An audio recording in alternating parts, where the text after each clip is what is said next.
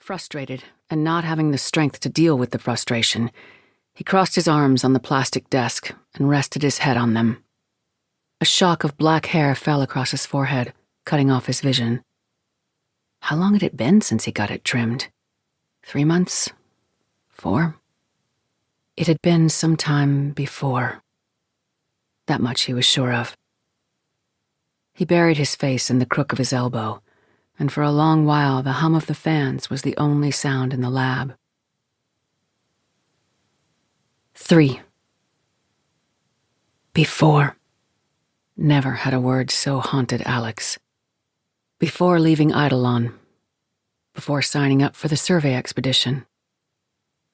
Before the funeral. Before. It had been bright and sunny at the spare A-frame Remembrance Center.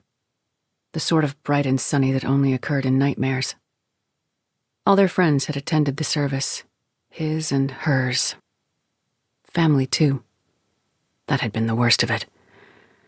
Her father with his heavy, shaggy head, murmuring advice and condolences that meant nothing to Alex. Her mother, a tiny, thin-boned woman who clung to his arm, weeping in such an effusive display Alex found it actively off-putting.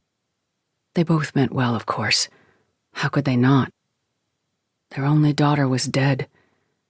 And there he was, a living link to the child they'd lost.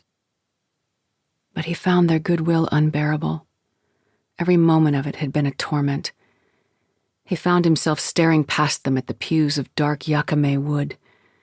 They seemed razor-edged in the clear, glass-like light streaming through the east-facing windows. Everything did. A world carved into being with the sharpest, most painful of instruments. Grief. At the front of the center was a bare concrete altar. And on the altar, the one thing he did not, could not look at. The polished titanium urn he'd picked out 3 days earlier. Barely paying attention while the funeral director guided him through a series of options. Like all the colonists who died on Eidolon, Layla had been cremated. Dust to dust, ashes to ashes.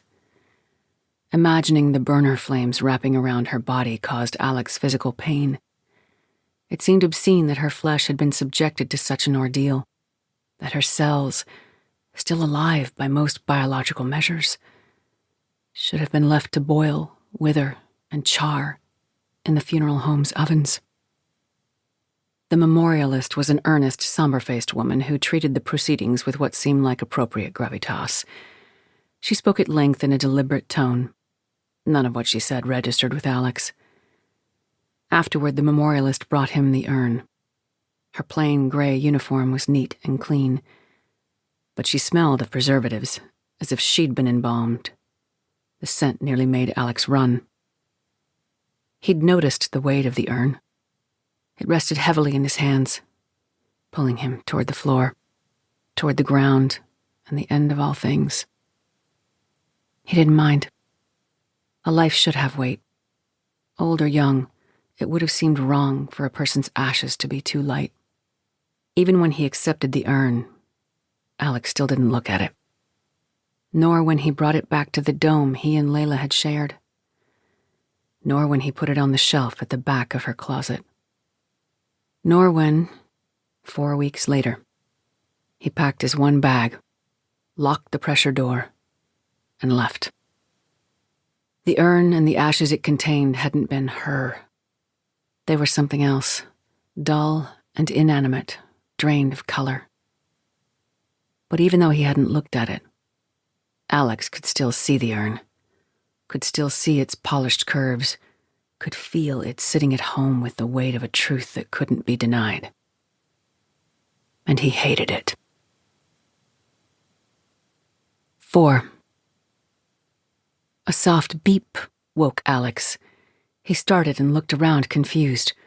The lab was as dark as before. Nothing had changed.